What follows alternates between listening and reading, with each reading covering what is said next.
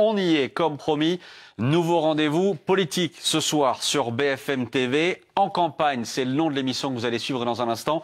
Nouveau rendez-vous présenté par Apolline de Malherbe. Apolline qui reçoit ce soir Bruno Retailleau, ancien ministre de l'Intérieur, patron du parti Les Républicains. Émission, vous allez voir, tourner du côté de Brie-sur-Marne. En campagne, donc, avec Bruno Retailleau. C'est maintenant sur BFM TV. C'est le grand retour de Bruno Retailleau sur le terrain. Première étape d'un Tour de France aux allures de pré-campagne présidentielle. Monsieur Bruno Retailleau, ministre de l'Intérieur. Dès sa prise de fonction, il s'est engagé dans une logique de communication tous azimuts. 3 priorités: rétablir l'ordre, rétablir l'ordre, rétablir l'ordre. Les narco-racailles n'ont plus de limite. La France sera sur la voie de la mexicanisation. Il est dans la foulée du Rassemblement national. De faire de la politique avec de la déclaration, avec des anathèmes. Je suis pour l'union des électeurs de droite. La victoire sans appel de Bruno Retailleau, qui est donc le nouveau patron des Républicains. C'est autour de lui qu'on va se rassembler pour que notre famille politique se redresse. Laurent Wauquiez, lui, c'est un traître. Il ne tient pas sa parole. Il a promis, il a trahi. Bruno Retailleau vient-il de signer l'arrêt de mort de ce gouvernement? J'ai remis la démission du gouvernement. On n'avance pas en zigzag, on avance droit devant. Bonsoir à tous. Le temps politique s'est accéléré. Le pays est en crise et on le sent bien. Nos politiques eux-mêmes se vivent comme en sursis. À tout moment, il peut y avoir blocage, il peut y avoir censure, dissolution. Il y a même des appels à la démission ou à la destitution du président de la République. Alors, le pays est entré en campagne. Sur BFM TV, on a voulu être au rendez-vous de ce défi, créer ce nouveau format où l'on va à la rencontre sur le terrain de ceux qui comptent et de ceux qui compteront demain, de ceux qui sont en campagne. Et pour ce premier numéro, c'est avec Bruno Retailleau. Bonsoir Bruno Retailleau. Bonsoir Apolline de Malherbe. Je vous avais quitté ministre de l'Intérieur, je vous retrouve ici, nous sommes à Brie-sur-Marne, où vous avez décidé de commencer un Tour de France. Pourquoi Brie-sur-Marne? Pourquoi un Tour de France? Pourquoi Brie-sur-Marne? Parce que d'abord, j'étais venu comme ministre. C'était un moment pour moi très chaleureux, mais très émouvant. J'étais venu pour l'inauguration d'une statue d'Arnaud Beltrame, colonel qui a donné sa vie. Et pour moi, c'est une figure d'espérance. Il faut de l'espérance dans ce monde un peu gris aujourd'hui. Et Arnaud Beltrame, pour moi, c'est la radicalité du bien face à la radicalité du mal. Vous savez qu'il a donné sa vie pour en sauver. C'est une des figures, si ce n'est la figure que vous retiendriez quand vous parlez d'un Français, du courage? Ah, c'est une des figures, certainement. Et en plus, il l'a fait face à une radicalité du mal, incarnée précisément par la barbarie islamiste. Et puis Brie-sur-Marne, pour moi, c'est vraiment la ville moyenne, vous voyez, moins de 20 000 habitants, très représentatif à la fois des classes moyennes, de la France que j'appelle la France des honnêtes gens. C'est la raison pour laquelle je suis venu ici pour commencer un Tour de France. C'est important pour moi parce que je pense que la politique est trop déconnectée de la réalité de ce que vivent nos compatriotes, les Françaises, les Français. Et moi, je veux les écouter. La radicalité du bien face à la radicalité du mal, la France des honnêtes gens. Je crois que vous avez posé le décor ici à Brie-sur-Marne. On va prendre le temps justement d'un entretien en profondeur sur votre projet pour la France. Comme vous voulez. Et on y va.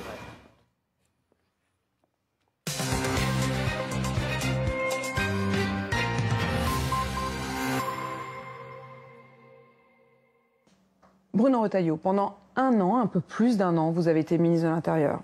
Pour la première fois aujourd'hui, peut-être vous pouvez prendre un peu de recul. Quelle France vous avez vu? Quel est le défi qui, à vos yeux, est le plus grand auquel on doit faire face? Comme ministre de l'Intérieur, évidemment, le défi, c'est le défi sécuritaire. C'est cette France qui sent sauvage, avec ce que j'ai appelé une fabrique de barbares. C'est-à-dire qu'on dit qu'il faut que ce soit la gendarmerie, la police, qui fasse régner l'ordre. Bien sûr, ce sont des forces de l'ordre. Mais ce que j'ai perçu, moi, c'est qu'on a une société qui se délite. Une société qui a dévalorisé la notion de respect, la notion d'autorité, la notion de hiérarchie. Et cette société permissive, très laxiste, a engendré ce que j'ai appelé une fabrique de violents, une fabrique de barbares.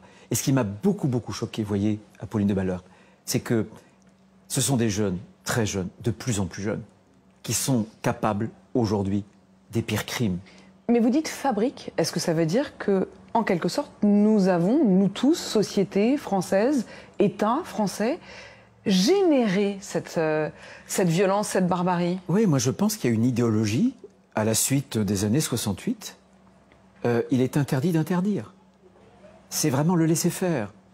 c'est la dévaluation de la notion d'autorité, encore une fois, entre le maître et l'élève, entre le parent et l'enfant. On a laissé pousser cet ensauvagement, comme vous dites. Et on arrive aujourd'hui, et c'est ce qui me préoccupe le plus, ça me préoccupe pour aujourd'hui et surtout pour l'avenir. Moi, vous voyez, quand j'avais, notamment quand j'étais à Beauvau, lorsqu'il y avait des mineurs qui commettaient des crimes, parfois avec une mort qui s'ensuivait, ou alors des blessés très graves, je demandais systématiquement à voir ce qu'on appelle le TAJ, les antécédents judiciaires.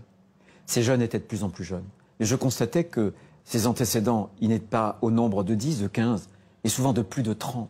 Ça veut dire qu'on laisse faire. Ça veut dire que notre société est permissive, qu'on refuse de sanctionner les mineurs. Qu'est-ce qui se passe? Quand ils commettent un premier délit, ils continuent. Il y a le sentiment d'impunité. Il n'y a pas de punition, il n'y a pas de sanction. Et donc on les enferme dans des parcours de délinquance et ça se termine mal, très très mal. Mal pour les victimes, mal pour eux aussi. Parce qu'au bout du compte, quand il y a un meurtre ou un crime, évidemment qu'il y a de la prison. C'est ça qui vous a le plus frappé. Ce qui vous a plus frappé, c'est la jeunesse. C'est la jeunesse. Mais regardez, les narcotrafiquants. Posez-vous une question. Pourquoi est-ce qu'aujourd'hui, ces organisations criminelles, les narcotrafiquants, utilisent comme des Kleenex des jeunes qui sont des adolescents, 14, 15 ans, 16 ans, comme des hommes de main, pour commettre des crimes? Parce que, ils savent qu'il y a le sentiment d'impunité. Et ils savent que ces jeunes, désormais, sont capables de tout. C'est-à-dire qu'ils peuvent commettre un crime grave, parfois même avec torture.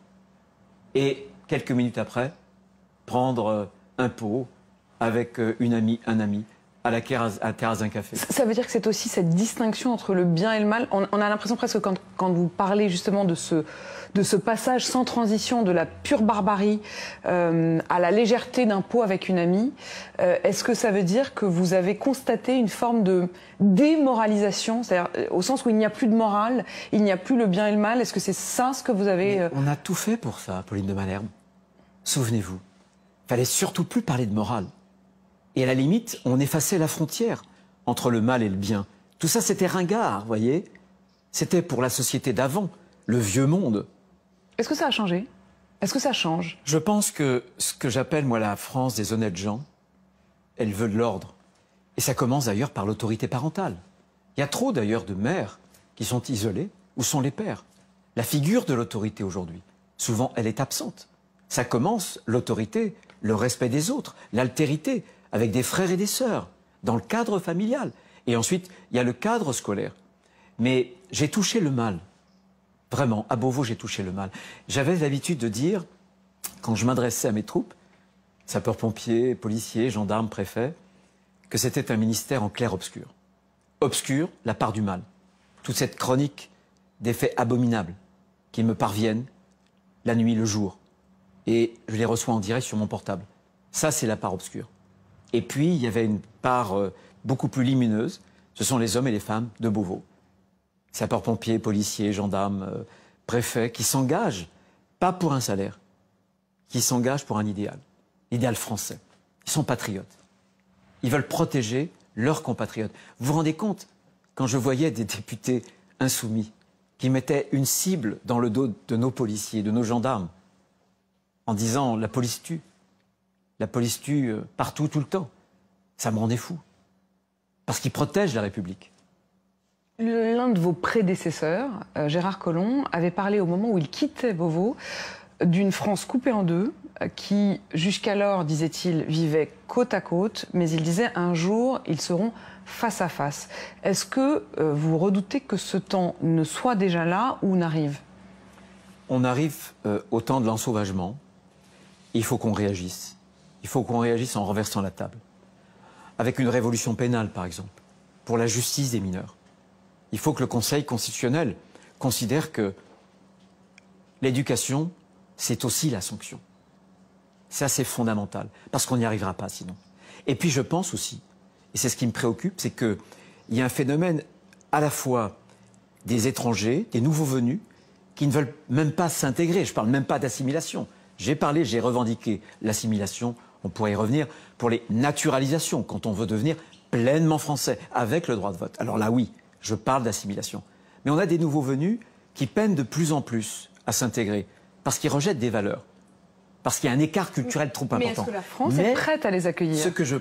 Ce que je pense aussi, c'est qu'on a des générations, la 2, la 3e génération, où il y a quelque chose qui ne colle pas parce qu'il y a aussi un processus de désaffiliation. Vous voyez. Et c'est ce qui me préoccupe.